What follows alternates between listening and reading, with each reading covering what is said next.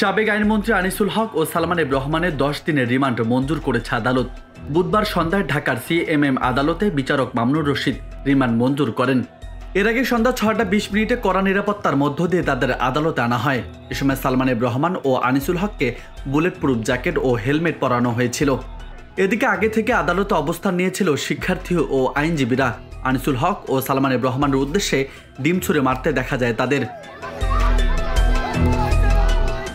গত 13 জুলাই সদরঘাট এলাকা থেকে ছদ্মবেশে পালানোর সময় পুলিশ গ্রেপ্তার করে আইনমন্ত্রী আনিসুল হক ও সালমান এফ রহমানকে। তাদের গ্রেপ্তারের ছবিও ভাইরাল হয়েছিল সামাজিক যোগাযোগ মাধ্যমে।